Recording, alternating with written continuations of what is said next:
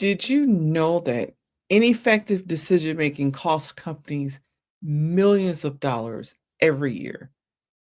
And really, who wants to work for an indecisive boss? I can tell you from experience, it's miserable. But mastering the art of decision making can make you a standout leader. Imagine transforming your career and your team's performance with a few powerful strategies. Sounds great, right? So let's hop right into 10 game changing strategies that will boost your confidence and leadership skills.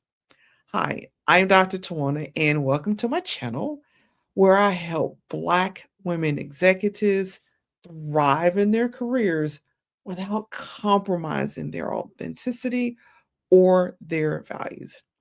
Today, we're talking about a critical skill for leaders: decision making in management.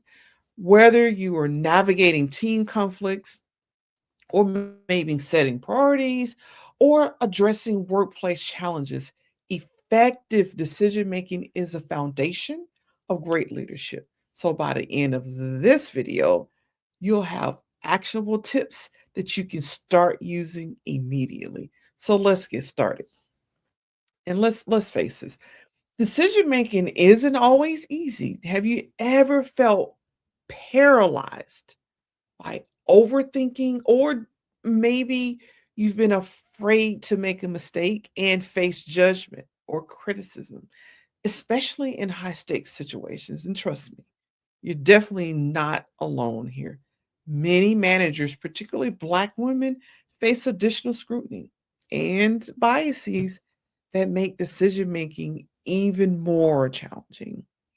A leader hesitated to speak up in meetings, and because she really feared being perceived as too aggressive, the angry Black woman. That hesitation not only cost me valuable time, because yes, that was me, it also affected my team's morale. But here's the thing: when you master decision making, you don't just lead better, you actually inspire better performance in others. So, strategy number one: do understand your decision making style. The first step, this is a first step to improving your decision making, is understanding your own style. Because I was in the military, I thought that, because I was told this, right? I had to be all eyes on me, yelling in your face, cracking the whip on people, and making decisions, and right there in the moment. In the reality, when it came down to it, that was never gonna ever be me. I'm an introvert. I'm an empath. And I felt like a failure every moment I spent trying to be a leader that someone else was, to make decisions the way someone else made them. So ask yourself, are you more collaborative in your decision making? Or do you prefer to make quick, independent decisions? Or, are you more deliberative? It's okay. You just need to know who you are. And how can you do that? You do that by reflecting on past decisions, which can give you clarity. For example, if you lean on data, try balancing that with team input. And don't forget to explore leadership assessments. They're a great tool for actually identifying your strengths and your blind spots. Right. Strategy number two: you do want to set clear objectives, because without clear objectives, without a clear goal, decision making can just kind of seem aimless. You can use a smart framework where it's specific, measurable, achievable, relevant, and it's bound by time. For instance, if your goal is to improve team productivity, then yes, you'll need to focus on measurable metrics like reducing project turnaround times, increasing your customer service metrics. Breaking big goals into smaller steps will give you a roadmap to follow. But, and this is paramount, right? This is so important. Do not forget the emotional channel. I learned the hard way being data driven and goal focused only makes you appear to be an insensitive leader. People don't want to follow you. They don't want to work for you. So even if you are like data driven and you love the data, you have got to learn how to tune in to your team's emotional channel. And not just your team, but folks you work with, your customers, right? Even folks higher up. You got to be able to also tune in to that emotional channel. And that's exactly what my strategic success mindset coaching program does.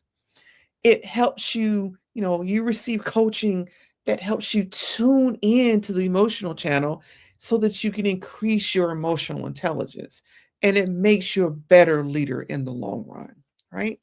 So number 3, you do want to, gather the right data. So data's not an enemy here. You just want to gather the right data because it's so powerful, but you gotta avoid the easy trap of falling into information overload. And you only look at the data and you're like overwhelmed because there's so much data, right? Focus on what's relevant. For example, if you're choosing a new vendor, right, you do want to prioritize certain data points like cost, cost reliability, and scalability.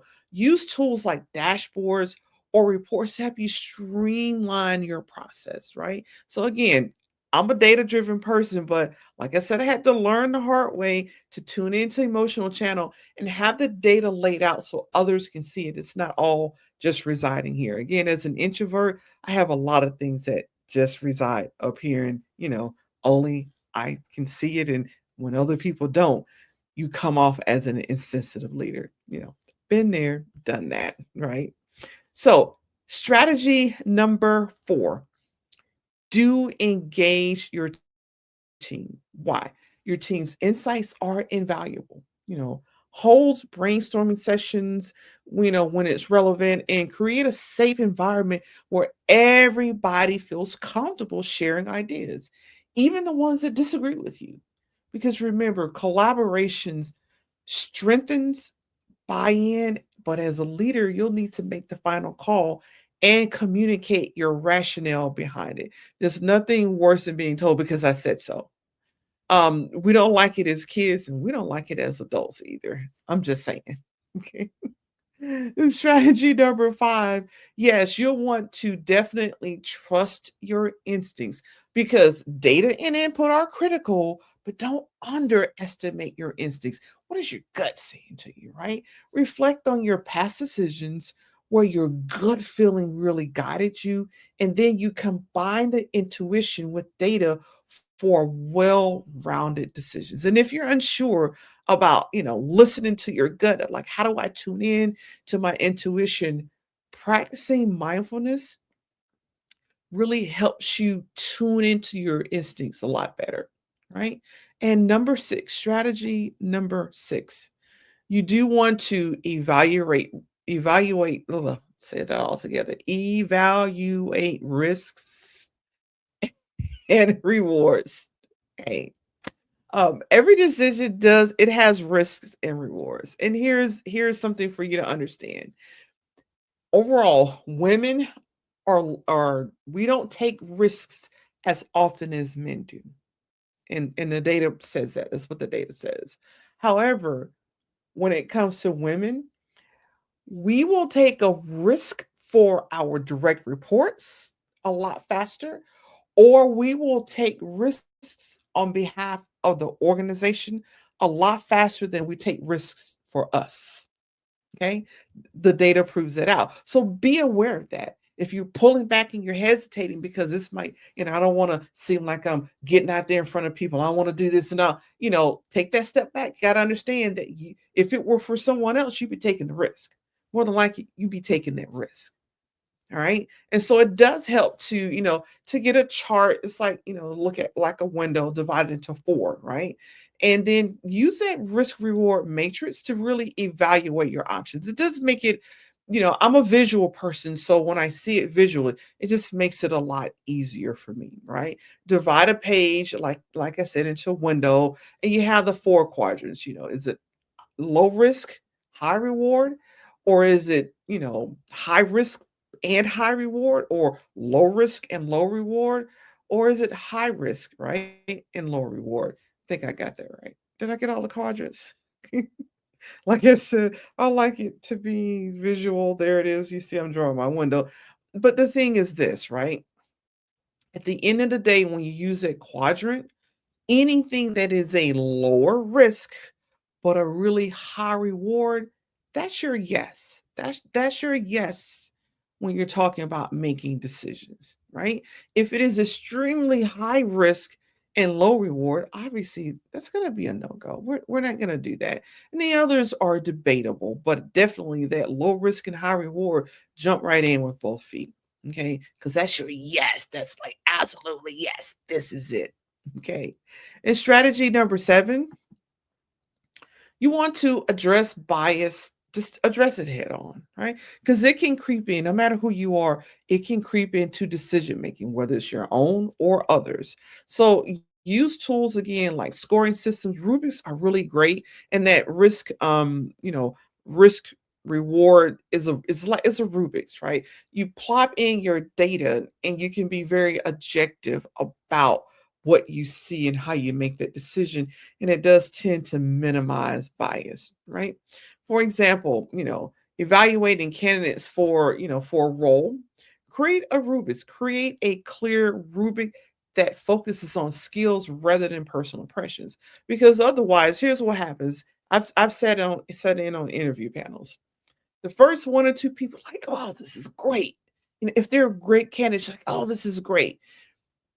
Bias makes you measure all the rest of the candidates based on that first or that second candidate, right? It's part of the reason why you always want to be like the first or the second candidate in the morning who interviews, because unfortunately, bias creeps in, and we will now evaluate the rest of the candidates that day on that bias of what we saw the first person as. Either we thought that person walked on water. And if we perceive that no one else walks on water the rest of the day, then no one else gets a shot at it. Or we feel like that person was, then that's what you got to be. And so, as long as that person could have just not kind of been off their game, but that's what bias will cause you to use that as your standard. But if you have a Rubik, you just use a Rubik as a standard. And that's so important when you're interviewing 8 to 16 people. Been on panels, we've had to do that over 2 days. We're interviewing 18, 6, 8, 10, 15 people. A Rubik's really helps, when you've got to interview a lot of candidates, right? And number 8, you do want to embrace perfection, because perfectionism just stalls progress. It stalls decision making. Set deadlines to really avoid overanalyzing. And remember, no decision will ever be perfect. There just isn't.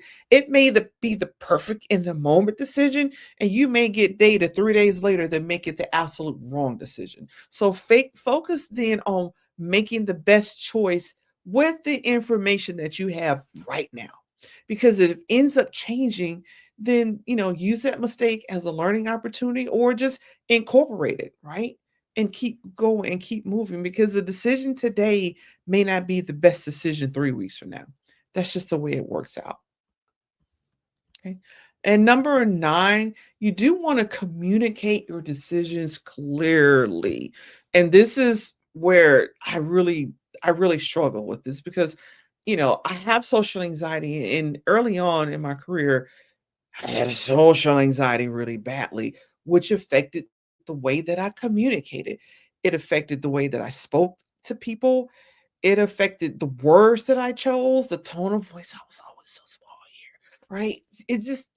It affects all of that. But you have to communicate clearly for people to trust your decisions, right? Because even the best decisions will absolutely fail if they're not communicated well. So be concise and explain the why behind your decision, right? And do use inclusive language to foster alignment. And basically, instead of saying, well, I decided to do this because our goal is to, right?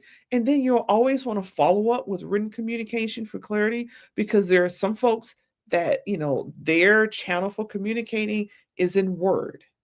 And you heard me say a few moments ago, I'm visual. I have to lay it out visually. Some of us are very visual and we just perceive that it's better communication when we can read it. But in this day and age of text messaging and email, you got to understand that there are some people who do better with hearing, they're auditory. And so you do have to incorporate all the types of, the way that people communicate, the way they want to be communicated with, incorporate all of them to communicate effectively. And then last but certainly not, this last strategy is reflect and learn, right? Because you heard me say a few moments ago, the decision you make today may be the best decision in this moment, but 3 weeks later, that decision might not be a great decision. Well, how do you correct? How do you course correct? By reflecting and learning, because reflection is definitely the secret sauce of great leaders. Schedule regular debriefs to evaluate your decisions. And, if you can do that with your subordinates, great. Use tools like the Gears Reflective Cycle to analyze what really worked and what didn't work. And then document those lessons for future growth, right? Share them with your team, definitely, to foster collective learning.